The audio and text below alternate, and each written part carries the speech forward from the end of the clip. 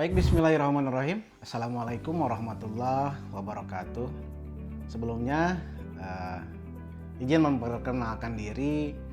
Nama saya Cepi Haryadi dari Universitas Kartamulia, Prodi Ilmu Hukum semester 4 dengan nomor induk mahasiswa 230100012.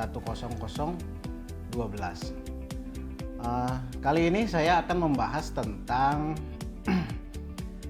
kewenangan PT UN dan dasar hukum PT UN. Video ini untuk memenuhi tugas dari mata kuliah Haptun ya, yang biasa kita sebut Haptun, yaitu hukum acara tata usaha negara.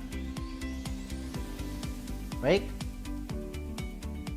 untuk mempersingkat waktu, kita langsung saja kepada pembahasan berikutnya. Yang pertama yaitu sumber hukum peradilan tata usaha negara yang biasa kita sebut PT UN, yaitu sumber hukumnya adalah Undang-Undang Nomor 1945 Pasal 24 Ayat 2 dan 5 menegaskan kekuasaan kehakiman dilakukan oleh Mahkamah Agung dan berada badan peradilan di bawahnya termasuk PT UN. Itu sumber hukum PT UN merupakan dasar yuridis yang digunakan dalam menyelenggarakan peradilan di bidang tata usaha negara. Adapun yang kedua yaitu Undang-Undang Nomor 5 Tahun 1986 tentang PT UN, yaitu merupakan dasar utama pembentukan dan pengaturan PT UN. Undang-Undang Nomor 9 Tahun 2004 perubahan pertama Undang-Undang PT UN, yaitu mengubah beberapa ketentuan Undang-Undang Nomor 5 Tahun 1986 seperti perluasan objek sengketa. Dan Undang-Undang Nomor 51 Tahun 2009 perubahan kedua Undang-Undang PT UN, di mana mempertegas mekanisme beracara dan menyesuaikan dengan prinsip-prinsip peradilan modern.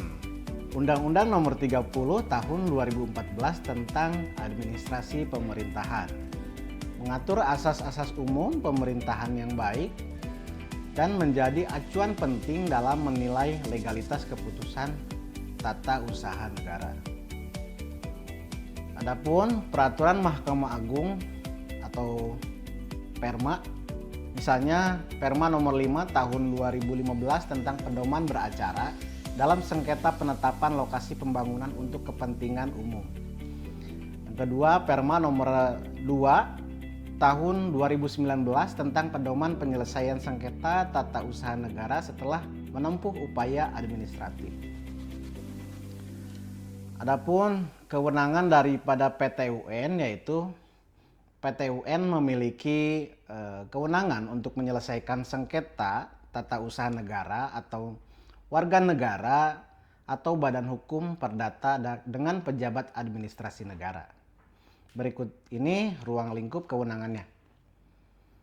1.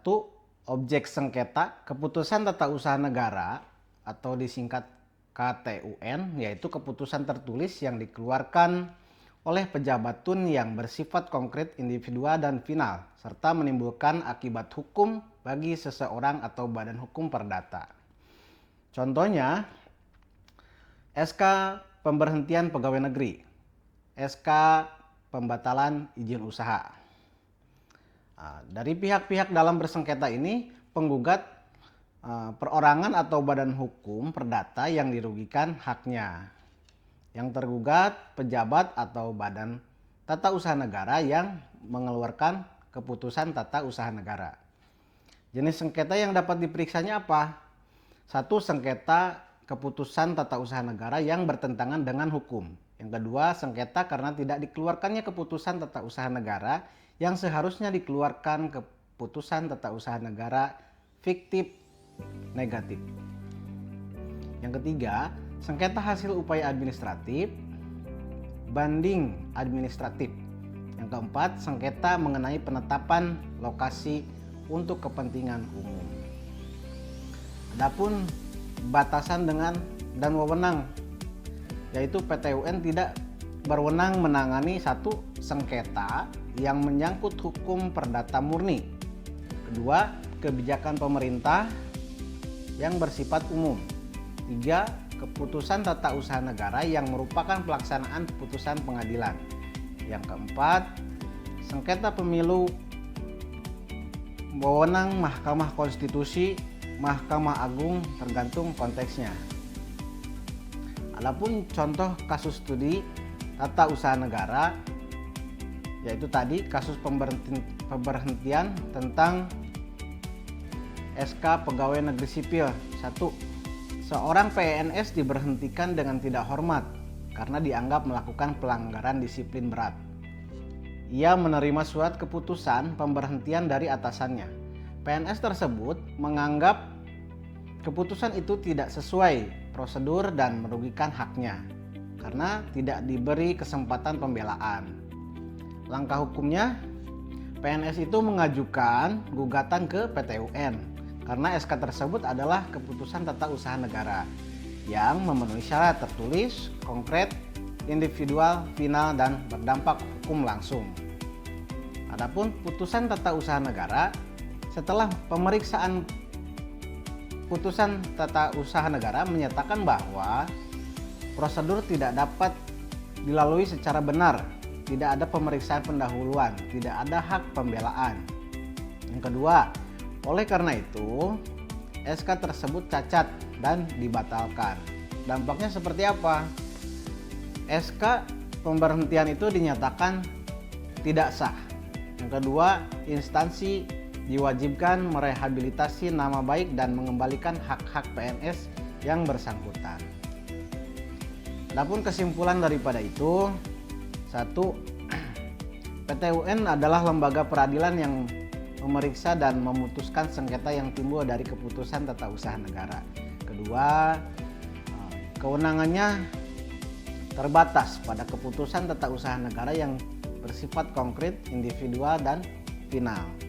Sumber hukumnya berakar pada Undang-Undang 1945 dan diperinci dalam berbagai undang-undang serta perma. Yang keempat, PT UN memberikan perlindungan hukum bagi warga negara terhadap tindakan sewenang-wenang pejabat administratif. Demikian yang dapat saya sampaikan. Mohon maaf apabila banyak kekurangan dalam penyampaian pembahasan. Wabillahi taufiq wal hidayah. Wassalamualaikum warahmatullahi wabarakatuh.